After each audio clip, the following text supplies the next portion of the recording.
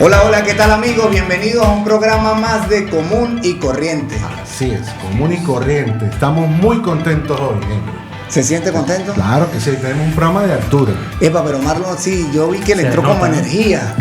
No sé, y se puso un... Bueno, se trajo la rana de la casa, pero ahí vamos. No, bueno, no sabemos si estamos hablando con el presidente. Es el forro de la secadora de mi casa que lo adapté a un traje para mí. Pero mira, hoy tenemos un invitado súper especial, un representante de la política nacional, el cual es precandidato a las elecciones primarias de la oposición venezolana. Hoy nos llena de orgullo que esté en esta casa, acompañándonos, aceptando la invitación. ¿Quién más que el señor Marlon Beatriz? ¿Digo el apellido o no? Dígalo, no hay problema. De Pérez. Venezolano. Primero y principal, sobreviviente todo. Sobreviviente. Claro, porque aquí estamos sobreviviendo.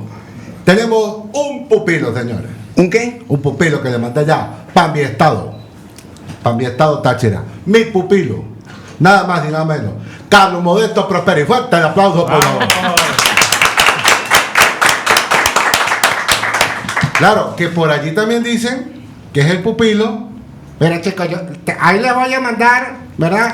Les voy a mandar a mi pupilo, chicos. Para que ya saben, ustedes lo que están por ahí viendo, les voy a mandar a mi pupilo. Ahorita más tarde se va a defender. Vamos a ver cómo lo preparamos. Vamos a presentar a este hombre que sí camina. Así es. Más o menos con el mismo eslogan. Hoy Carlos Modesto Prosperi viene con el eslogan de... No venimos nosotros, él tendrá que decirlo claro, ahorita. pero él tendrá que venir. Nosotros le presentamos la propuesta de que ese hombre sí camina, ¿verdad? Que va de frente y da la cara. Carlos, das la cara por Venezuela. Bienvenido a Común y Corriente. No, de verdad, gracias por la invitación al programa y complacido de estar aquí.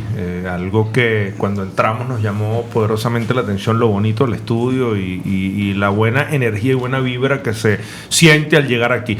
Y no solo que damos la cara por Venezuela, sino que vamos a llevar la prosperidad al pueblo de Venezuela. Mira, o sea, no que rimó, ¿no? Le tenemos el eslogan entonces. ¿Cómo sería? Porque con Prosperi, Venezuela prospera. ¡Avanza! Aprobado.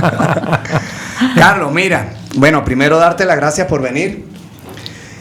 Vamos a entrar en tema ya de todo lo que tiene que ver con tu participación en la vida política. ¿De dónde nace esto? ¿Cómo llegas al tema primero del tema político? ¿Qué te trajo a esto? Porque eres una persona joven. Sí, claro. ¿Te veías como candidato presidencial? Mira, nunca me llegué a ver como candidato presidencial y menos de un partido tan importante como lo es Acción Democrática, un partido que ha tenido varios presidentes, que durante los 40 años de la democracia, 25 años gobernó Acción Democrática, 2 veces presidente, un hombre que digan lo que digan, nacido en esta tierra, en el Táchira, ha sido el presidente que más le ha dado a Venezuela y a los venezolanos, como lo fue Carlos Andrés Pérez. Y en mi caso, vengo de una familia política y lo he dicho, lo he manifestado, no vengo de un vientre adeco, pero una familia que ha hecho política activamente. Mi segundo apellido es Manuib. Yo debo decir que mi papá fue el primer alcalde después de la descentralización en las Mercedes del Llano, el pueblito donde crecí, porque soy caraqueño de nacimiento y de 6 años me fui a Guárico y me considero guariqueño. A muy corta edad, en lo que tenía 18 años, me tocó militar en Acción Democrática en alguna coyuntura y fui secretario juvenil de mi partido en las Mercedes del Llano. Después de eso, un par de años estuve ahí, asumí la Secretaría General en mi municipio, las Mercedes del Llano.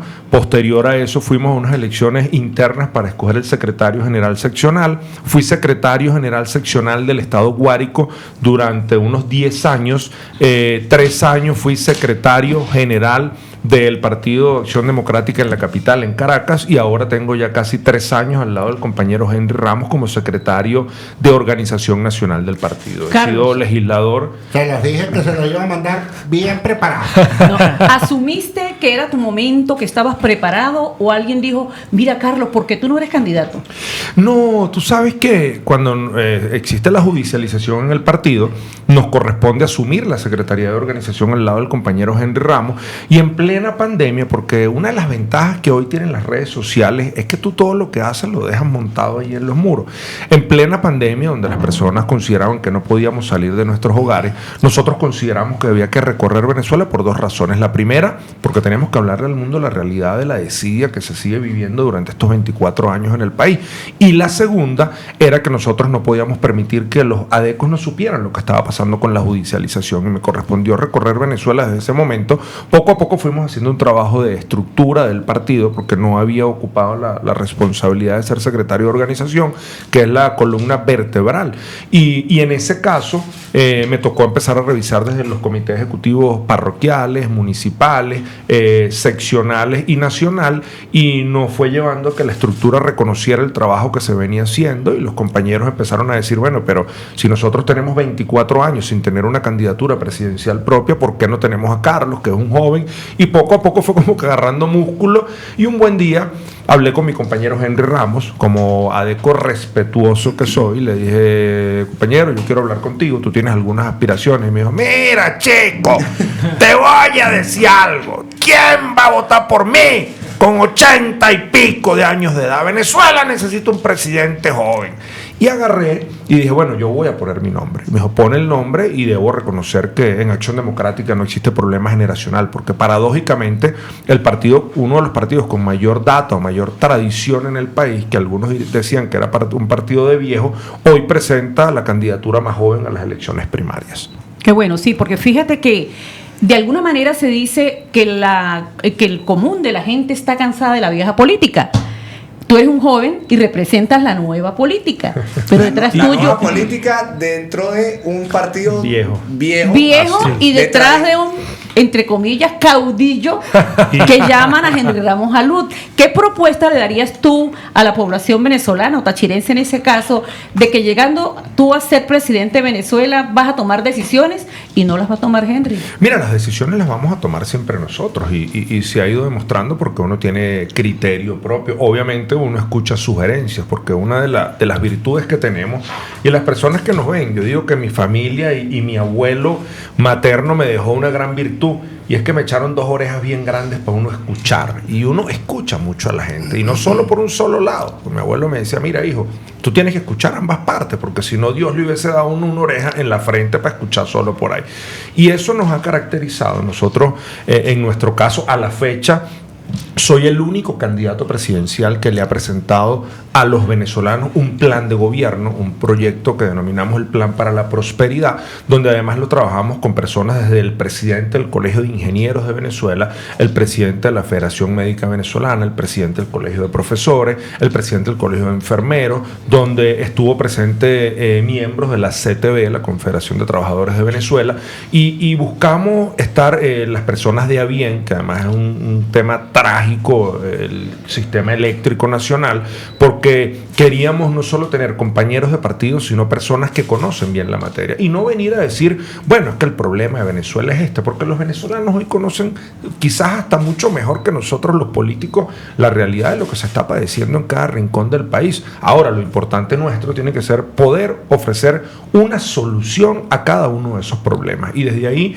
hemos ido avanzando, y de hecho lo hemos manifestado. Nosotros, el hecho de que tengamos juventud no nos quita experiencia. Yo lo decía anteriormente, no solo tuve cargo dentro de mi organización política, sino que tuve la posibilidad de ser diputado de la Asamblea Nacional 2010-2015, 2015-2020, fui subjefe de la fracción parlamentaria de Acción Democrática, fui 2 años jefe de la fracción parlamentaria de mi partido AD en la Asamblea Nacional, y en el 2019 asumí la jefatura de la fracción de La Unidad. No es nada fácil, además, estar tratando de coordinar todos los diputados, donde cada uno quizás tenemos una idea distinta, pero lo importante es que se preservó la unidad hasta último Carlos, momento. y siempre hemos dicho que no solamente por ser joven hay que dar la oportunidad, tiene que ser un joven preparado y con experiencia como lo has hecho tú. En el plan para la prosperidad, en el punto Táchira específicamente, todos vivimos una emergencia grande en el país, pero en el estado Táchira, ¿cómo se enfocaría el plan? Mira, tú sabes que quizás uno se puede ir a lo local y lo que muchas personas piensan, o el común y corriente, o a nivel nacional, es el tema fronterizo, y por tener esa frontera con la hermana República de Colombia. Pero cuando uno revisa el plano en general o lo que uno tiene que hacer, es un problema generalizado. ¿Y por qué digo esto? Porque ustedes sufren un terrible problema con el sistema eléctrico nacional. Y ojo, no es solo el estado Táchira, o sea, esto golpea a toda Venezuela. Igual pasa con lo de las gasolinas. Uno llega al Táchira y ve largas colas de gasolina y unas estaciones de servicio que no hay cola porque pareciera que hace mucho rato no llega el combustible y ya las personas ni se preocupan por hacer las colas. Pero, ¿qué hemos venido diciendo? Otra de las cosas que uno recoge es que la gente dice, yo quiero un salario digno. Bueno, yo no quiero tener un salario de hambre. Hoy los venezolanos ganan 130 bolívares al mes, eso representan $5. Hemos visto cómo se hicieron unos anuncios por primera vez en 24 años. El 1 de mayo no se hace un anuncio de un aumento de salario, sino que se hace un ajuste a las bonificaciones.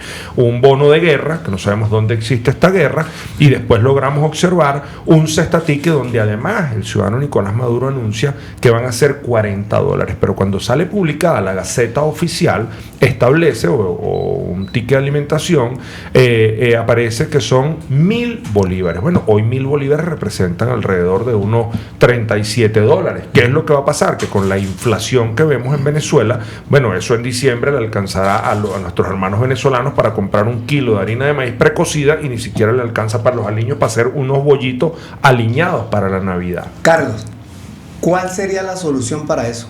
¿Cuál es la solución de parte de lo que representas y de tu plan, en cortas palabras, de atacar eso de manera inmediata? Mira, nosotros hemos luego dicho, de que tú puedas ser electo como presidente de este país. Claro, ¿qué tenemos que hacer? Nosotros lo primero que tenemos que hacer es que la columna vertebral de toda la economía, no solo en Venezuela, sino en el mundo entero, es recuperar el sistema eléctrico nacional. Porque si nosotros no tenemos electricidad, nosotros no podemos poner en marcha PDVSA, no podemos poner en marcha las empresas de Guayana, no nos estuviesen viendo a través de los medios de comunicación en este momento. ¿Pero de dónde sacamos los recursos para eso? No, los recursos se van a sacar además de cada una de las producciones que hoy tenemos. Hoy PDVSA produce 600.000 barriles de petróleo diario, aproximadamente, después de haber producido 3 millones de barriles de petróleo diario, y con un precio promedio de $100 el barril. Y yo en estos días hacía un ejercicio matemático con el doctor José Gregorio Montilla, es gobernador del estado Apure, y le decía, doctor, pero es que la falta de voluntad política es lo que nos está golpeando al pueblo de Venezuela. ¿Y por qué yo digo esto?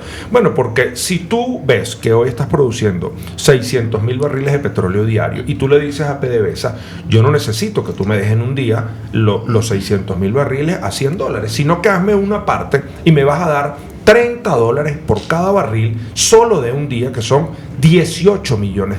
Tú con $18 millones en un solo día compras una flota de 335 ambulancias equipadas, y cada municipio de Venezuela puede tener una ambulancia para atender a nuestra gente, que no hay ni siquiera una moto para trasladar a los enfermos. Pero no hay voluntad política. Y lo otro que tenemos que decir es que a los venezolanos no se les rinde cuenta por el arco minero. ¿Dónde están los ingresos del arco minero? No solo aquí se ha hecho un daño ecológico al país, sino que se ha explotado el arco minero y nadie sabe de dónde van los lingotes de oro y la producción de oro. Bueno, los venezolanos hoy tenemos los recursos suficientes, lo que no hay es voluntad. Y fíjate, yo regreso al sistema eléctrico, porque hoy nosotros tenemos que decir, hemos hecho un levantamiento de todo lo que es el sistema eléctrico nacional. Venezuela necesita alrededor de unos 17.000 megavatios para tener una estabilidad y distribución de carga. Hoy Venezuela simplemente está produciendo 10.000 megavatios. De esos 10.000 megavatios, 8.000 se producen a través de las hidroeléctricas y 2.000 a través de las termoeléctricas. Y cuando tú revisas, por ejemplo, el Guri, de 20 turbinas instaladas, este año hubo que aperturar los aliviaderos del Guri porque solo 4 turbinas están funcionando, 16 paralizadas. Bueno, ¿y dónde está la voluntad para poner en marcha el resto de las turbinas y poder generar? Y cuando tú escuchas a Nicolás Maduro decir, bueno, no, pero es que nosotros ya estamos más que listos porque vamos a volver a interconectar el cableado con Brasil, con el estado de Roraima, porque vamos a empezar a pasarle unos megavatios a Roraima. Bueno, ¿y acaso que nosotros tenemos el problema resuelto? Pues no, nosotros hoy tenemos que buscar primero poner en marcha las turbinas del Guri para empezar a generar la electricidad suficiente, pero además debemos recordar que en los gobiernos de la democracia producíamos 14.500 megavatios y no solo teníamos estabilidad de carga a nivel nacional, sino que nos dábamos el tupé de venderle electricidad a Brasil y a Colombia. Hoy Hoy nada de eso sucede, teníamos algunos ingresos extra. Si nosotros recuperamos, además no solo con eso, hay una de las represas, o la única represa construida en el gobierno de Hugo Chávez, que es Tocoma. Tocoma se creó única y exclusivamente que para las empresas de Guayana, que hoy están funcionando alrededor de un 10%. Y las empresas de Guayana no se le pudo conectar con Tocoma porque hubo un pequeño error de cálculo. Y es que el diámetro donde van instaladas las turbinas no coincide con el tamaño de las turbinas. ¿Y dónde están los responsables de ese desfalco a la República? Bueno, aquí todo el mundo se hace de la vista gorda. Ahora, ¿qué tenemos que buscar? No solo empezar o seguir aumentando la producción de las hidroeléctricas y las termoeléctricas, sino buscar alternativas distintas, que además el mundo lo está haciendo. Nosotros tenemos muchísimas reservas de agua. Nosotros hoy hemos venido hablando de instalar granjas con paneles solares, que además se ponen las turbinas y se puede empezar a generar una electricidad que es totalmente distinta, y de ahí sale el hidrógeno verde. Bueno, nosotros con energía fotovoltaica acuática podemos ir aportándole a cada una de las regiones un poco más de electricidad. Y si nosotros tenemos una estabilidad de carga, ¿qué va a pasar? Que podemos tener el turismo, que es una alternativa distinta para la economía venezolana. Nosotros no explotamos el turismo teniendo tantas bellezas en Venezuela. República Dominicana, que es un país prácticamente que depende del turismo, viven muy bien. ¿Y qué tienen ellos que no tenemos nosotros? Bueno, no tienen ni la cuarta parte de lo que tiene Venezuela. Nosotros hoy. Pero mira una cosa importante. Yo te escucho hablar, ¿no? Y me voy a una situación que creo que tienes en menor proporción de lo que ha venido pasando en la política venezolana, en lo que te escucho hablar. ¿Por qué te escucho hablar y digo eso? Porque aquí la gente se enfrasca en el problema, no en la solución. Yo te digo esto porque siempre nosotros vamos enmarcados que no hay que dejar de pensar en lo que dejaron de hacer, en que lo hicieron mal, en lo que se llevaron, en lo que todo ese tipo de cosas que sabemos que han pasado de uno o de otro lado.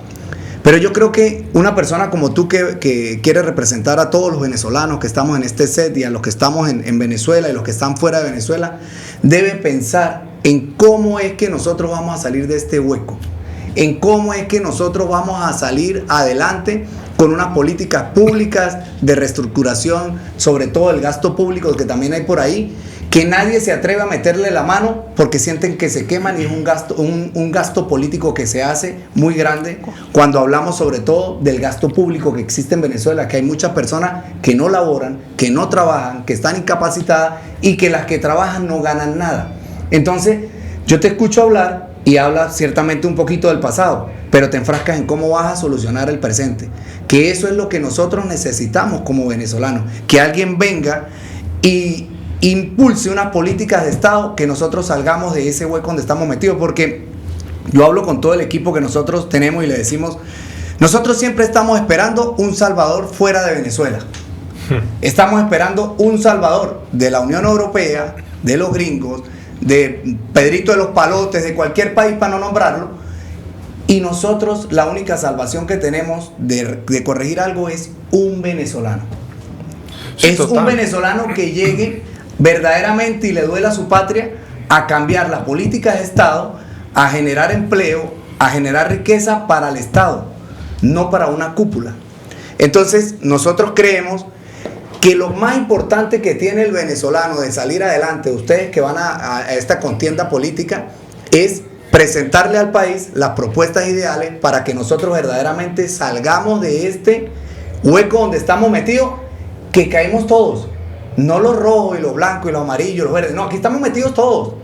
Entonces, la solución que nosotros encontramos, o yo, este representante que te está hablando, tachirense, es cómo nosotros, como venezolanos, hay propuestas tangibles como la que tú estás diciendo. Te marcas en algo importante, que es la electricidad. Es demasiado importante. Diste una solución importante en cómo en un día se pueden comprar ambulancias y todo ese tipo de cosas. Pero más allá de eso, te quería preguntar eso.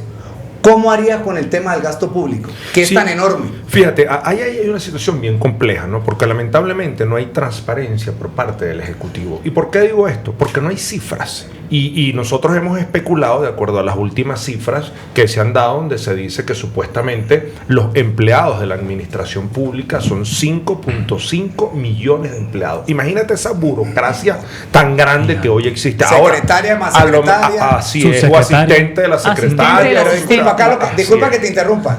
Eso se ha acentuado más, pero eso ha pasado en todos los gobiernos.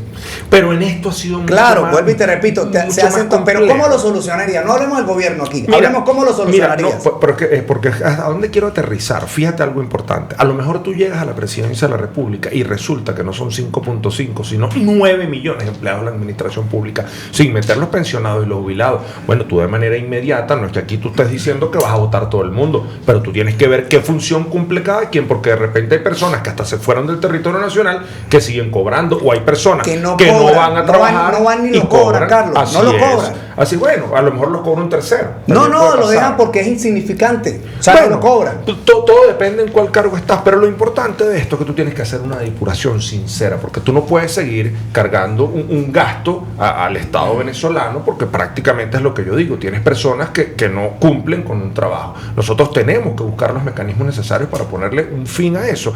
Y fíjate algo importante. ¿Te comprometes a hacerlo? Si llegas es que estamos más que comprometidos. No, lo digo por esto. Porque tú sabes lo que conlleva una reestructuración. Es duro, político, pero hay que hacerlo. Por eso. Hay que hacerlo. Y además, tú sabes cuál es una de las ventajas, que ahí van a quedar esas cosas grabadas. Y que si nosotros no cumplimos, mañana o pasado van a decir, Prosperi dijo en aquel momento esta cosa y no lo cumplió. Si algo nos hemos caracterizado nosotros es por tener palabra. Y como uno le decían en el llano, y a veces yo cito mucho a mi abuelo porque fue como que mi experiencia en la vida y el mentor, él me decía, hijo, para verdad es el tiempo, para justicia Dios. El tiempo nos va a dar la razón de lo que nosotros hoy estamos pregonando, y Dios será la única persona que nos juzgue en cuanto a nuestro comportamiento y a nuestra conducta. Pero nosotros tenemos un compromiso, no solo con eso. Por ejemplo, yo soy productor agropecuario y yo conozco muy bien lo que es el campo venezolano. Y tú sabes qué es lo triste de toda esta situación, que aquí se sigue apostando a la política de puertos de importaciones, y aquí quería aterrizar el tema de la frontera colombo-venezolana. Mientras los productores de papa en Venezuela no tienen una semilla certificada de calidad, mientras no tienen los insumos a tiempo, bueno, no tienen cómo competir con la producción de papa colombiana, y pareciera que entonces a través del contrabando sigue ingresando la papa colombiana a Venezuela y nuestros productores no tienen cómo colocar las papas. Y así de más rubros. No, bueno, pero te estoy empezando a hablar solo de la papa. Ahorita han empezado en todo lo que es el eje panamericano y también hacia buena parte del Zulia, hacia Santa Bárbara, con la siembra de la palma aceitera. Yo tuve la posibilidad de hablar con las personas que estaban sembrando palma aceitera, y ellos me comentan que hasta hace unos 3-4 meses todas la llevan a la tonelada de la palma aceitera la estaban vendiendo, se la estaban pagando en $280. Bueno, al gobierno se le ocurrió la brillante idea de que tenían que importar aceite de palma, y ahora resulta que el precio de la tonelada de la palma aceitera se las pagan a $130 a nuestros productores, menos del 50%. ¿Hasta cuándo se puede seguir asfixiando? ¿Tú sabes a dónde va todo ese aceite? No sé a dónde. Todo ese aceite se produce en Venezuela, lo cortan y lo llevan en camiones hacia Colombia. Bueno, pero fíjate, lo importante de esto es que nosotros no podemos seguir llevando unas políticas de puerto y no darle o apostarle a la producción nacional, a lo hecho en Venezuela. En el estado Guárico, en mi estado, por lo general, uno lo que más siembra es maíz y arroz en el municipio Miranda, específicamente en Calabozo. Y cuando tú revisas, por ejemplo, la siembra hoy de maíz, bueno, uno le da tristeza porque no hay un solo crédito agrícola para la siembra de maíz a la fecha que se le haya otorgado a las personas. Bueno, aquí desapareció Fondafa, aquí desapareció Fondá, las empresas privadas que apoyaban a los productores, y no solo de maíz, porque por aquí en toda la zona uno veía que donde quiera estaba una sede de Agroisleña, fue expropiada, le pusieron Agropatria, y hoy lamentablemente los productores estamos desasistidos. No hay diésel, no hay repuestos para la maquinaria, las vías de penetración agrícola están destruidas, y nosotros hoy le tenemos que apostar a que de una vez por todas las importaciones se den de acuerdo a los déficits que puedan existir. Siempre y cuando no haya déficit, hay que apostarle al mercado nacional de Venezuela. Ahora yo tengo una pregunta.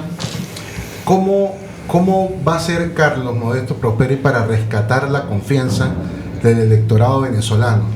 donde hemos tenido la oportunidad de escuchar a mucha gente en la calle que ya no quiere creer en un partido político, que ya no quiere creer en un político, porque se ha dicho y se ha hecho un trabajo muy bien ejecutado de que todos los políticos son iguales, de que el político simplemente se ha dedicado a robar, presuntamente, y pues se ha dañado. Hay mucha gente que no cree en las elecciones, que no quiere salir a votar, porque se ha hecho algo bien articulado con respecto a eso. Entonces, ¿qué va a hacer Carlos Modesto Prosperi para recuperar esa capacidad de que la gente crea en la política y salga en las próximas elecciones? Usted se aprendió el nombre completo, ¿no? Bueno, fíjate. Te dije que estaba bien preparado, chico.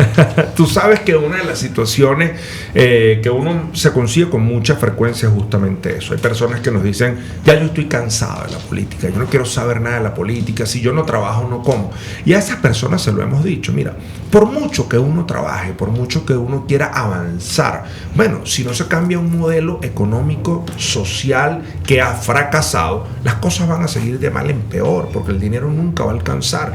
Y lo hemos logrado observar. ¿Acaso que los migrantes que nosotros estamos viendo que abandonan el territorio nacional lo hacen por moda? ¿Lo hacen porque ellos se sienten bien abandonando su país? Pues no, lo hacen porque lamentablemente en Venezuela no tienen una oportunidad de cómo constituir un hogar. Y yo lo decía, yo soy hijo de papá y mamá maestros, jubilados y mal pagados como todos los educadores en Venezuela. Y yo recuerdo que en diciembre a mis padres les daban los aguinaldos, bueno, y eso era una felicidad en mi casa, pintábamos la casa, se compraba un televisor, nosotros teníamos la posibilidad de tener los estrenos, llegaba el Niño Jesús, una buena cena de Navidad, una cena de fin de año.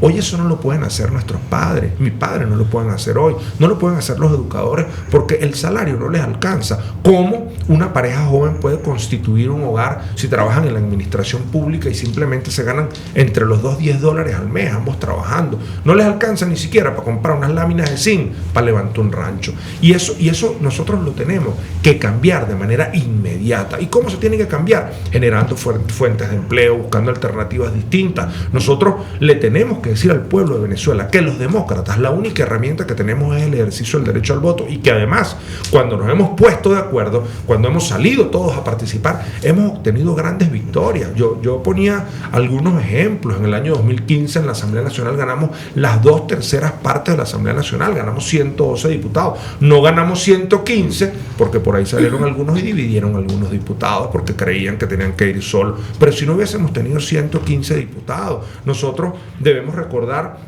la victoria que se obtuvo en la gobernación del Táchira, ganándole además al empleado o a la persona que había tenido una administración pública de las más eficientes mientras estuvo en el aeropuerto de Maiquetía, mientras estuvo en el CENIA, que fue Abiel Mamora. Bueno, se le logró ganar porque aquí hizo un desastre también como gobernador de este estado. Y se ganó, ¿por qué? Porque todo el mundo se unió y salió a votar. El caso de Barinas. En Barinas nosotros logramos observar cómo le arrebataron a Freddy Superlano la victoria porque ganó por 120, 130 votos, y sobre pretexto de que se habían perdido unas actas en Arismendi, desconocieron un resultado electoral, y el pueblo de Barinas le dio una elección, o nos dio una elección a todos los líderes nacionales. Y yo puedo hablar muy bien de Barinas porque a mí me tocó mudarme a Barinas, porque el candidato era mi compañero Sergio Garrido, y por un lado Sergio se iba en la campaña y yo me iba con Superlano por otro a recorrer los municipios, y nos metimos de cabeza en Barinas porque veíamos una hegemonía del Estado, un ventajismo electoral por parte de la Junta Regional Electoral, porque además debemos recordar que no estuvo el CNE Nacional, sino la Junta Electoral Regional, donde no había ni un solo miembro que representara los intereses de Barinas, sino que todos tenían una posición sesgada, identificación político-partidista. Y a pesar del ventajismo electoral, logramos tener los testigos de mesa. Salió todos los habitantes de Barinas, todos los partidos políticos a aportar un grano de arena, y ganamos por 50.000 votos de ventaja. Pero escúchame, Carlos, hay algo importante que tú estás diciendo. En la unión, primero está la fuerza, y en la organización y en creer. Pero después de todas esas creencias, cuando llegamos a la Asamblea Nacional, pasamos a decepción luego. Después del tema del gobierno interino, pasamos a decepción. Hoy en día, después de lo que se obtuvo en Barinas, este servidor no lo sabe, presuntamente, como dice aquí mi compañero, hay problemas en Barinas con el que ganó allá, que tienen problemas, al parecer, y entonces la gente se decepciona. Yo estoy de acuerdo contigo que hay que impulsar a que la gente salga. Yo le digo siempre a ellos, bueno, el 77% de los venezolanos no quiere saber de un partido político, pero lamentándolo mucho, ese 77% no sabe que sin un partido político no cambiamos el sistema. Y ese 77% también tiene que saber que en la política se inmiscuye en todo lo que nosotros hacemos el día a día. O sea, la política tiene que ver con el estudio, con el trabajo, con la educación, con todo ese tipo de cosas, va incluida en todo ese tipo de cosas. Vivimos bajo un sistema que la política es lo que nos atañe al día a día. Entonces, lo que te hacía la pregunta, Marlon, es ¿cómo volver a conectar eso que está que tiene una ruptura de parte de ustedes, de los candidatos presidenciales? Porque me gusta esa parte también que te escucho hablando de Superlano y todo ese tipo de cosas. Yo siempre hablo aquí en el Táchira y le digo, mira, se lo dije un día a Junior, yo no entiendo cómo aquí, por ejemplo en el Táchira, van a unas elecciones primarias de gobernador o alcalde y ustedes son los cuatro representantes para la gobernación y son de una misma bancada de la oposición, independiente que tú seas ADECO, ella Copellana, el de Voluntad Popular y de cualquier otro partido. Y empiezan con este tema, a denigrar tú de él de ti, después de él, y así. Y le dicen a su gente que no voten por la profesora porque la profesora es esto, aquello. Y después de que la profesora gana las elecciones, le dicen a su gente, hay que ir a votar por la profesora porque ganó las primarias. Bueno, lo que pasa es que nosotros aquí lo que tenemos que tener claro es que en el caso nuestro nosotros hemos roto cualquier tipo de esquema y paradigma porque no somos un político tradicional. Pero pasa. Bueno, pasa, pero lo estoy hablando del caso mío. En el caso nuestro no es así. Inclusive yo lo he dicho. Mira, yo di unas declaraciones hace algunos días donde le pedí a mis compañeros candidatos a las elecciones primarias que nos inscribiéramos todos el mismo día, a la misma hora y nos tomáramos una foto en familia. Y les entró por aquí y les salió por aquí. Cada quien se quiso inscribir separado. Y yo les demostré el día viernes, están las imágenes. ¿Cuál es el partido que tiene la capacidad de hacer una movilización más grande? Y solamente hicimos una movilización de Libertador y de Miranda. No movilizamos el resto del país.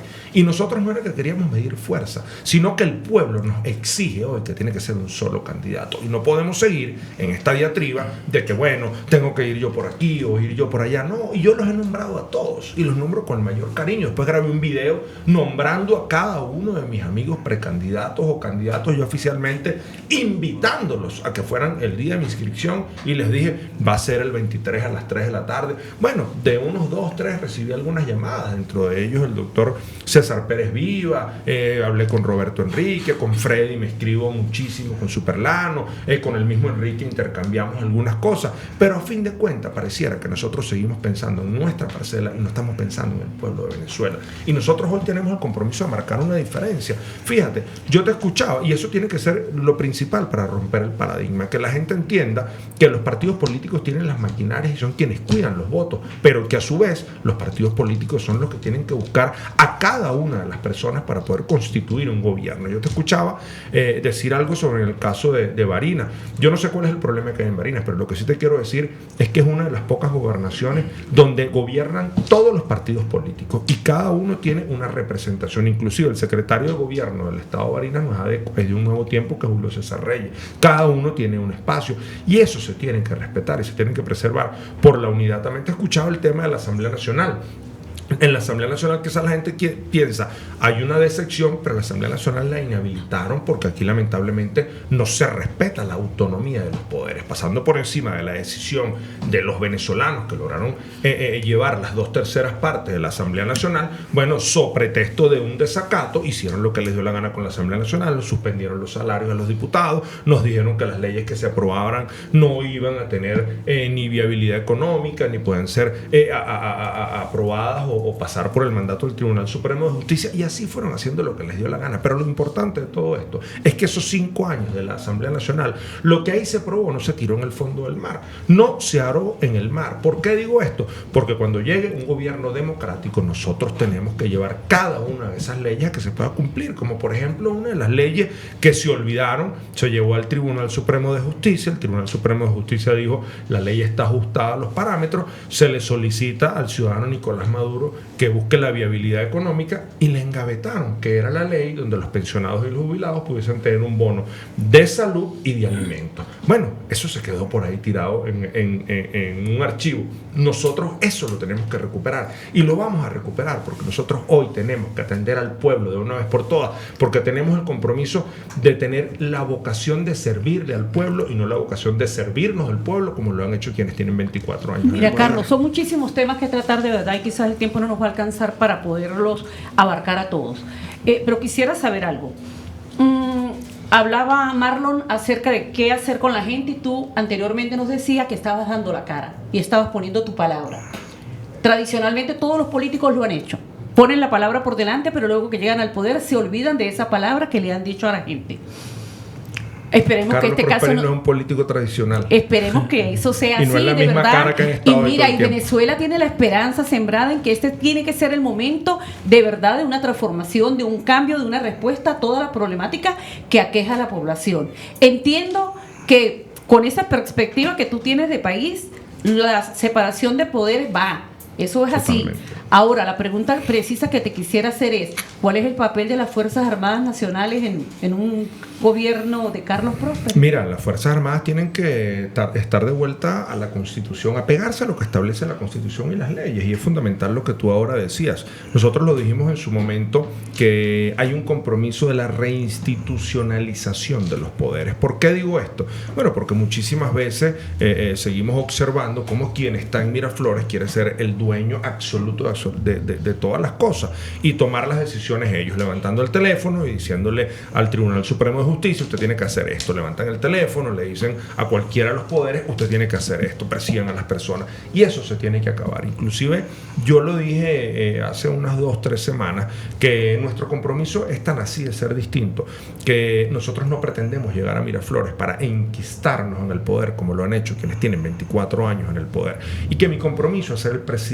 de la transición. ¿Y por qué dije esto? Porque apenas yo gane la presidencia de la República, con la ayuda de Dios y este noble pueblo, el próximo año, en la mitad de mi periodo, en el año 2027, yo voy a convocar un proceso de relegitimación de cada uno de los cargos de elección popular, donde se le permita a los venezolanos poder participar sin inhabilitaciones políticas, sin presos políticos, sin partidos judicializados, con un Consejo Nacional Electoral que sea electo de acuerdo a lo que establecen las leyes, y que no se sigan violando las leyes y se postulen personas simplemente por militar en el partido de gobierno. Y eso nos va a devolver la credibilidad en un árbitro electoral, y donde todas las personas tengan la posibilidad de poder participar, incluyendo a cada uno de estos de estas personas que están hoy militando dentro del Partido Socialista Unido de Venezuela. Pero es fundamental, Carlos, para nosotros disculpa la que te interrumpa. institucionalización. Ya que estás tocando ese tema con respecto a las reformas institucionales en el país, queremos hacerte unas preguntas con unas respuestas cortas para que nos pueda rendir el tiempo de todas las que, que tenemos acá. Este es un interrogatorio. Pero no. Lo que pasa, chico, que te dije que venía bien preparado. Bueno, vamos a comenzar entonces con unas preguntas, y por favor la respuesta que sea corta, breve y precisa, sin la batida. Ajá. Comienzo con la pregunta: ¿se debe eliminar o mantener la reelección indefinida? Se debe eliminar. Perfecto. ¿Periodo presidencial de 4 años? Mira, yo creo que 4 años es corto, a menos que tú tengas una reelección inmediata, quizás un sistema parecido al que hay en Colombia. Pero yo creo que 5 años está bien, y que cuando mucho pudiese ser una reelección, que yo no estoy muy de acuerdo con eso. Yo creo que un presidente que tenga un ¿Mantendrían la figura del referendo revocatorio? Claro, porque los gobernantes que no hagan el trabajo bien tienen que ser revocados. ¿Asamblea Nacional o Congreso bicameral? Yo creo que hay que volver a la bicamerabilidad definitivamente, el Senado y el Congreso. ¿Qué harías con el poder? No, falta una pregunta. Esa ya él la dijo. Ah, sí. Sí. ¿Qué harías con el poder voto judicial? Mira, la reinstitucionalización del Poder Judicial, devolverle la autonomía y la independencia a cada uno de las ¿Mantendría los instituciones. 5 poderes actuales? Mira, sí, yo creo que hay que mantener los 5 poderes. ¿A favor o en contra de la financiación pública de los partidos? A favor, porque los partidos políticos obviamente necesitan algún financiamiento para poder hacer actividades lícitas y evitar que puedan caer en algún tipo de hecho Sin de corrupción. transparencia. Sin transparencia. Así es. La otra no. Carlos, Así es. ¿votaría, le quitaría el voto a la Fuerza Armada Nacional? O Mira, tú sabes que ese es un tema que se tiene que discutir a profundidad. Y mucha gente a veces me dice, y eso no puede ser una respuesta tan corta, porque eso es algo un poco álgido, ¿no? Nosotros lo que hemos manifestado es que el militar que quiera hacer política, que cuelgue su uniforme, porque además tiene el derecho a hacer política. Y mucha gente, y de hecho en los gobiernos de Acción Democrática y de la democracia se le quitó el derecho al voto porque decían que no podían tomar parte política, pero son tan venezolanos como somos nosotros. O sea, ¿por qué no pueden tener el derecho de elegir su presidente? Pero tienen que colgar el uniforme. Claro, en el caso de aspiración para hacer política, pero el ellos votar, Pero el nosotros voto lo tenemos que revisar muy bien porque ellos son venezolanos. Viven O sea, todos, tienen el derecho todos. a elegir también un presidente que ciudadanos. quieren ellos, son Claro. ciudadanos venezolanos. Así es. Ok, seguimos por acá. ¿A favor o en contra del matrimonio entre personas del mismo sexo? Mira, tú sabes que esa es una discusión que se tiene que dar en la Asamblea Nacional. Además, eso es una competencia del Poder Legislativo y no del Ejecutivo. Pero sí Tiró se la tiene que dar pelota, una tiró la pelota, discusión. tiró la pelota, se fue de hit. Mira, vale, pero es que tú tienes que Cambio, respetarle la vida Claro, privada a cada quien. No, pero tú no pero te la puedes pasó, meter. la pasó fácil. No. Vamos a darlo ahí, la pasó fácil, no Tú, pasa nada. tú no te Diríamos- puedes meter en la vida privada de los demás. Cada quien hace lo que quiere y se le tiene que respetar. diríamos- Tome la papa Se fue. caliente. No. Diríamos en el estado Táchira, tan futbolístico que somos, hizo cambio de banda. Sí. No, ahí aplica la que cada quien hace con su Bueno, cuerpo lo que quiera. ahora le vamos a hacer unas preguntas que tienen que ver con respuestas rápidas de algunas personas. En una sola palabra. En una sola palabra. Describirlos en una palabra o frase. Sí. Empiece, Beatriz. Qué bonito, pues. Él piensa que Beatriz es ella, ¿no? Beatriz es él. Qué bonito, pues. Nicolás Maduro, pues. Mira, un autoritario. Rafael Lacaba. Un murciélago. Un vampiro. Juan Guaidó. Un joven luchador. Enrique Capriles. Un excelente gobernador. Rafael Caldera. Fue un presidente de la República. María Corina Machado. Una mujer trabajadora y luchadora. Leopoldo López. Una persona que ha estado ahí luchando dentro de su partido político. Lorenzo Mendoza. Un excelente empresario. Benjamín Rauseo. Un comediante de primera. Uno muy conocido, Rómulo Betancourt. El padre de la democracia. Marcos Pérez Jiménez. Un dictador. Vamos a ver, esta está buena. Carlos Andrés Pérez. El mejor presidente de Venezuela. ¡Verga, chico! Dijera, Si camina, va de frente y da la cara. Porque con Prosperi Carlos- Venezuela prospera. Seguimos. Francisco de Miranda. Yo creo que uno de los grandes próceres de la independencia. Freddy Superlano. Un luchador. Simón Bolívar. La cabeza de todo lo que fue la independencia. ¿Qué venezolana, piensas tú de él? ¿Qué piensas? Que es un buen Hugo Rafael comediante. Chávez Frías. Mira, Chávez fue una persona que le trajo la desgracia al pueblo de Venezuela. Nos vamos a comerciales. Tú- Muy bien, muy bien. Ahora, yo tengo otra preguntita. Vamos a las primarias. Quien resulte electo en las primarias gozaría de tu total apoyo. Total, absoluto. Y además lo hemos dicho, mira, en el caso de Acción Democrática nosotros tenemos una pequeña virtud, que en estos 24 años nuestra organización política no había presentado una candidatura presidencial propia. Y hemos trabajado por cada uno de los candidatos presidenciales como que si fuesen militantes de nuestro partido, desde Enrique Salas Romer, desde Manuel Rosales, Capriles 1, Capriles 2, o sea, por todos hemos trabajado y hemos salido como que si fuese nuestra propia gente. Esta no va a ser la excepción. Y yo lo dije y lo digo públicamente, cualquiera que quede electo el 22 de octubre, en mí van a tener un soldado comprometido, no con una candidatura de un partido, sino comprometido con Venezuela y con el futuro de nuestros hijos y de nuestros nietos. ¿Qué opinas de Benjamín Rauseo con respecto a la no inscripción? Mira, fíjate, hay varias aristas, ¿no? Las encuestas decían que estaba segundo. Si estaba segundo y estaba ganando, de acuerdo a lo que dicen las encuestas, ¿por qué te retiras? O sea, ¿o será que las encuestas, una cosa es intención de voto y otra cosa es voto efectivo, como nosotros decimos? Ahora, si Benjamín Rauseo, si el conde decide no participar no solo en las primarias, sino en las elecciones presidenciales, bueno, tendrá sus razones para quizás Pero si tener decide otro tipo de participar como aspiración. independiente. Bueno, si decide participar como independiente, lo que da a entender es que hay alguna conversación con quienes están en Miraflores para dividir la alternativa de cambio. Ahora, una pregunta allí, Carlos, que te quería hacer. El tema de todo lo que viene con esas encuestas y todo ese tipo de cosas que van por ahí. En las últimas que hemos leído por ahí, pues María Corina lleva una ventaja ahí en lo que han pasado, ¿no? Como tú lo dices, no sabemos si es en intención de voto, todo ese tipo de cosas que ustedes manejan mejor en términos. ¿Se puede pensar en una alianza antes de llegar a concretarse el fin de las primarias en un candidato como tú, que te elijan a ti, que seas tú, que sea María Corina, que sea Capriles, que sea un consenso? Que sea un consenso. No, yo creo que no le hace bien al pueblo de Venezuela. Inclusive yo lo debo decir de manera responsable. Si aquí todos se ponen de acuerdo y dicen, mira, Carlos, nosotros tenemos la decisión, porque quizás uno dice, bueno, no me gusta para los demás, pero si eres tú sí.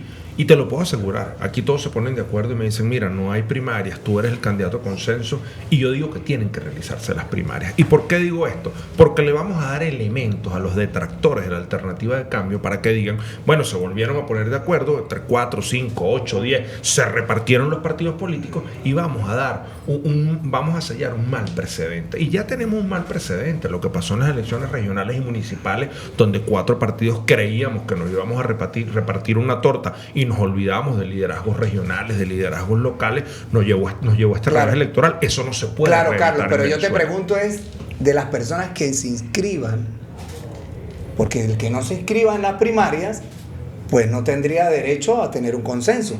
Claro, pero no hace bien en ninguno, ni en torno a mí, lo acabo de decir. O sea, yo estoy en desacuerdo con que sea el consenso. O sea, tienen que dar las elecciones primarias y que el pueblo elija a su candidato. Claro. Además, fíjate que hemos tenido 2 ejemplos de primarias, porque mucha gente dice, bueno, que estas primarias van a ser un desastre, pero yo les puedo poner un ejemplo en el año 2012. En el año 2012 se hicieron unas primarias con el apoyo técnico del Consejo Nacional Electoral. Enrique Capriles ganó las primarias, segundo quedó Pablo Pérez, tercera María Corina, cuarto Diego Arria y quinto quedó Pablo Medina. Se respetó el resultado electoral, pero después tuvimos unas elecciones primarias autogestionadas en el año 2017 para escoger los candidatos a gobernadores, y esos candidatos a gobernadores que se escogieron a través de las primarias, bueno, fue a través de un mecanismo autogestionado. Entonces, ¿qué es lo que tenemos que decir? Que sea a través de un mecanismo del otro, hay que apostarle a las elecciones primarias, y quien quede electo, todos tenemos que salir a trabajar en esa candidatura. Quería preguntarte, no te preocupes, ganaste las primarias, ganaste las elecciones, gobernaste, no te vas a reelegir porque estás en contra de ello. No, él dijo que sí, que había que tener tiempo, que no estaba en contra de eso. No, que había que revisar.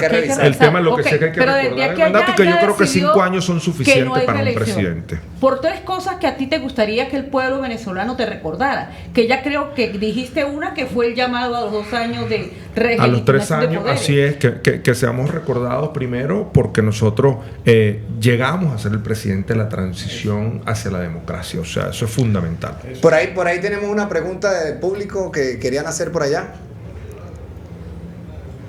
Sí, bueno, Carlos, bienvenido nuevamente al programa. Hace un momento comentabas el tema de que los venezolanos que han migrado no lo han hecho por gusto, ¿sí? ¿Cuál sería el ABC de Carlos Prosperi para luchar contra esta crisis humanitaria y garantizar que todas estas personas que han salido incluso aquí por Táchira, por el puente internacional Simón Bolívar, puedan retornar a su tierra? Mira, tener una economía consolidada en Venezuela, que tengan una oportunidad de empleo en este país, y que si tienen un buen sueldo van a venir a Venezuela, porque tú sabes cuál es la ventaja que tenemos los venezolanos, que uno quizás no tiene hoy 1 kilo de harina pan, pero uno le toca la puerta al vecino, el vecino le dice, toma, aquí está, vecino, después me lo da. En otros países eso no sucede. Nosotros tenemos una gran hermandad a pesar de las diferencias que podemos tener. El venezolano es una persona solidaria, yo lo he venido diciendo. A mí me ha tocado, hasta ahora, bueno, había sido el único candidato presidencial que había recorrido algunos países visitando la migración. Estuve en los Estados Unidos previo a lo que era la extinción del título 42, porque quería saber qué acarreaba eso después del vencimiento, y me preocupó de tal manera que decidí irme a México, y ojo, no a las playas mexicanas, me fui a lo que dicen que supuestamente es una de las ciudades más inseguras del estado mexicano, que es Ciudad Juárez. Estuve en Ciudad Juárez y cuando vi los albergues, el Quique Romero, cuando fui al centro de detenciones que se incendió, donde hubo algunos muertos y hechos que lamentar, vi enfrente las carpas donde estaban niños con sus madres venezolanos sin poder comer, sin tener cómo regresarse, y dije, no, yo tengo que que ir al Río Bravo. Me fui al Río Bravo, llegué al muro, al portón número 40, que era donde estaban haciendo las filas para entregarse a las autoridades, porque era el día antes ya de la extinción del título 42. Eso me llenó de dolor. Y me llenó de dolor porque en Venezuela no nos hemos caracterizado por emigrar. Venezuela se ha caracterizado por ser el país que le abrió las puertas al mundo entero. Y hoy aquí hay personas que no nacieron en este país y que los consideramos tan venezolanos como que si hubiesen nacido en Venezuela. Mi abuelo era italiano. Mi abuelo llegó en esa migración de esos corzos que llegaron a Sucre, a Carúpano. Y mi abuelo me decía, hijo, yo no me devuelvo a mi país. Yo soy tan venezolano como lo son ustedes que nacieron aquí. Yo todo lo que soy se lo debo a Venezuela.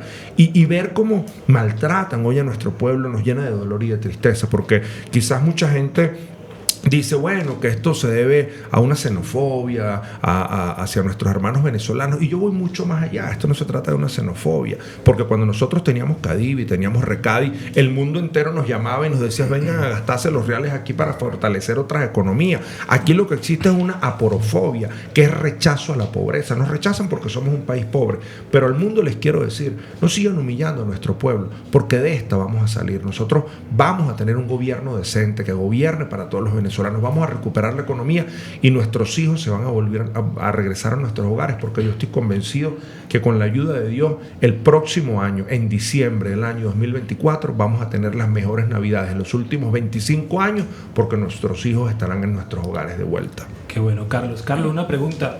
Recientemente estuve en Argentina en el Foro Panamericano de Jóvenes Políticos como delegado por Venezuela, y veía la participación de los jóvenes en todas las esferas de gobierno. ¿Cómo se ve la participación de los jóvenes en tu gobierno? Mira, totalmente. Con él mismo adelante ya tiene. Totalmente de acuerdo, ¿no? Yo creo que aquí hay que dar un vuelco a la política. Y a veces uno cita algunas cosas. Paraguay, Paraguay tiene Ministerio de Juventudes. Bueno, es que aquí, ojo, tampoco se trata de crear más burocracia, porque por ahí hubo uno que dijo que cuando llegara a la presidencia iba a eliminar los ministerios y puso más ministerios. Ya hoy no está. Pero bueno, esas son las realidades de las cosas que uno no puede decir y no cumplir.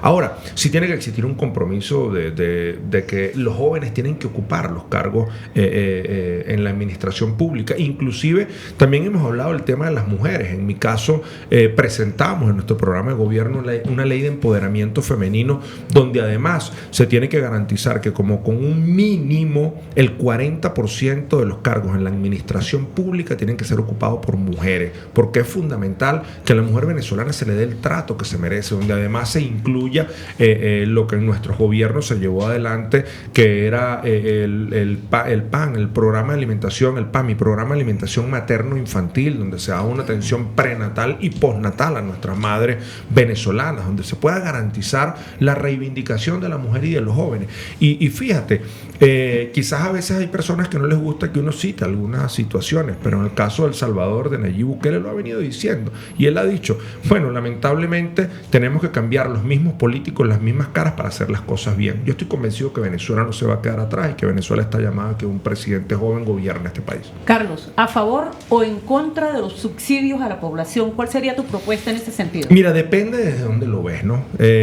Porque, por ejemplo, uno que ha recorrido Venezuela, nosotros nos hemos conseguido con que algunas personas dicen, bueno, hay que acabar con las cajas de CLAP. Pero cuando uno ve la necesidad que hay en el pueblo de Venezuela y tú decir que apenas tú llegues a Miraflores vas a acabar con estos subsidios, eso es incoherente. Porque muchísimas personas viven de una bolsa de CLAP, que además la comida que le meten es chimba, porque hasta el atún que les meten pareciera que es cartón molido lo que le están poniendo, y lo dice cualquier persona. Los que nos están viendo saben que es así. Ahora nosotros tenemos el compromiso de poder mejorar este tipo de subsidios de alimentación para nuestro pueblo hasta que nosotros logremos estabilizar el salario y que los venezolanos tengan un salario digno para comprar lo que quieran comprar y que no estén dependiendo de una caja o de una bolsa de comida. Bueno. Última pregunta, porque se fue del límite. Si fueses electo presidente, ¿cuáles serían tus primeros ministros? ¿Tienes ya...? Mira, no hemos pensado en nombres, de verdad, porque... Ya te vamos a dar una lista, ¿viste? Porque te llega. Lo vuelvo a decir en este momento. Nosotros vamos a llegar a Miraflores para ser distintos. Y yo no pretendo llegar a Miraflores para decir, bueno, mi partido político me va a poner a este ministro, porque no lo voy a aceptar. Nosotros tenemos el compromiso de gobernar con los mejores, vengan del partido político que sea. Venezuela hoy necesita talento para sacar adelante esta crisis que nos ha golpeado durante muchísimos años. Y nosotros aquí no venimos con un gobierno de amiguismo, sino con un gobierno decente, serio, que gobierne para todos. Los que estén en acuerdo con la decisión, por favor, levanten la mano. Bueno, Carlos, de verdad que fue una conversación de mucha altura. No por mi tamaño. No, pero de verdad que lo que dice Marlon, que entró en el contexto, siento que estás muy bien preparado, que tienes una visión de Venezuela amplia, en varios ámbitos que te mueves, tienes una correlación impresionante, de verdad. Yo me llevo otra visión hablando contigo. De verdad, te lo digo aquí públicamente, me llevo una visión bella de ti, de lo que has hablado, como lo has propuesto. Vuelvo y le repito, como dice la profe, del dicho al hecho hay mucho trecho, pero tenemos que confiar en que alguien pueda venir a cambiar la forma de hacer política en este país. Como tú dices, vienes de un partido tradicional, tú dices, y decimos que es un partido viejo, pero bueno, un partido tradicional de muchos años, que este servidor piensa que siempre va a tener representación en la política nacional. Porque yo hago un análisis, por ejemplo, en mi estado, y lo hablaba con Junior y le decía, AD es una fuerza en el Táchira, Copey es una fuerza en el Táchira, los otros partidos que también están por allí en relación política en el Táchira, pues a veces tienen más representación nacional, y en el Táchira también representan algo, pero siempre creo que AD y Copey pues van ahí en el tema, luchando en lo que tienen que ver con ese tema opositor del Táchira. Quiero darte las gracias por estar aquí con nosotros, por haber aceptado la invitación. Nos sentimos, creo que mutuamente todos, muy contentos con las preguntas que te hicimos, con las respuestas que diste. Y bueno, yo creo que faltaron muchas cosas por hablar, sí. Pero... Y eso que no me preguntaron si es dictador o no es dictador, si es tirano o no es tirano. No, que tú sabes que sabemos de dónde viene, sabemos que no vas a hacer así. No, y tú sabes que llegó la manera de hacer política distinta. Yo lo he dicho, es momento de los políticos y no los politiqueros. Y profe, calma con eso. No, le iba a decir algo.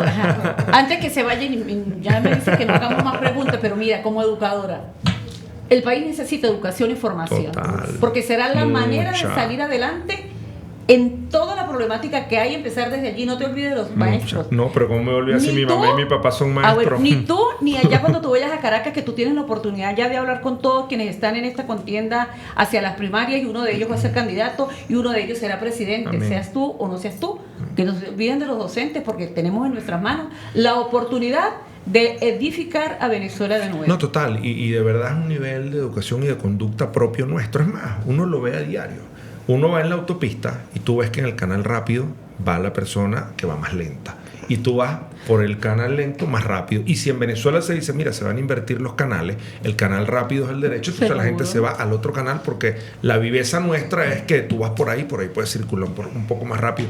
Es de verdad un tema de educación y de formación, que eso se va a ir cambiando poco a poco, o sea, esa es la intención. Pero fíjate algo cuando yo decía, y me voy a tomar unos minuticos rapidito, que es el tema de cómo hacer política, ¿no? Y fíjate, muchas veces a nosotros nos dicen, bueno, Carlos, pero es que tienes que tener un discurso más fuerte, más aguerrido, decir que tú vas a hacer la justicia, que tú vas a hacer las cosas. Y yo digo, bueno, pero es que yo no me estoy postulando para ser magistrado del Tribunal Supremo de Justicia. Yo no me estoy postulando para ser fiscal del Ministerio Público. Yo quiero ser el poder ejecutivo y no el poder judicial. Nosotros no podemos cometer los errores que se han cometido durante estos 24 años. No significa que uno esté amparando impunidad, para nada. La justicia tiene que existir, y además la justicia divina es la mayor que puede existir en el mundo entero. Ahora, sí tenemos que tener el compromiso de ver ejemplos en el mundo de las transiciones. Y cuando uno ve lo que pasa, el pobre pueblo cubano, que tienen más de 70 años con un castrocomunismo, donde los que están en Miami dicen más sanciones, más golpes, más asfixiar a la gente, casi que dicen hundan la isla, y no han salido de esa pesadilla. Es eso lo que nosotros queremos para Venezuela. Es momento de ser serio, de buscar ejemplos de transiciones como en Chile, como en Brasil, como en España, después de la caída del franquismo, de Franco, con el pacto de la Moncloa. Es momento de hacer una política real, una política distinta, porque llegó la hora de devolverle la transición a la democracia venezolana. Carlos, Disculpa. no, mira, de verdad, te iba a emplazar en algo que sé que este grupo de personas que está aquí, yo pienso en el tema del odio y del rencor y de todo lo que se ha pasado en este país. Siento que como que hubiésemos tenido algo en acuerdo de hablar esto. Yo siempre digo que el que llegue a gobernar Venezuela tiene que dedicarse a gobernar Venezuela, porque no podemos permitir, yo siempre pongo este ejemplo, que en Panamá, por ejemplo, yo tengo familia que vive en Panamá y pasé un tiempo en Panamá. El presidente Martinelli salió de Panamá, el presidente entrante se destinó a meter preso al presidente que estaba, que era Martinelli, lo persiguió toda la cúpula de Martinelli y el hombre no gobernó. Y Panamá se fue hacia atrás porque se fue a una política de odio y no de cómo iba a estar enmarcado en que los ciudadanos de ese país salieran adelante y que la justicia pudiese hacer tu trabajo. Pero es que el representante del país, que es el presidente, no tiene nada que ver con la parte judicial. Entonces, la idea que tú estás dando es lo que necesita Venezuela. Venezuela necesita que piensen así. Venezuela necesita un candidato que diga, o que la bancada que están allí, que digan, nosotros queremos salir adelante en el país con una propuesta firme y que cómo vamos a reconstruir el país juntos y llevarlo a una salida democrática, pacífica y protagónica verdaderamente de la oposición venezolana. Total. Gracias por venir, gracias por estar aquí, Ustedes. gracias a Junior por acompañarlo. Muchachos, Me le manden saludos allá al hombre, chico. nos fuimos. Mira, ¿cómo fue ese programa? Gracias.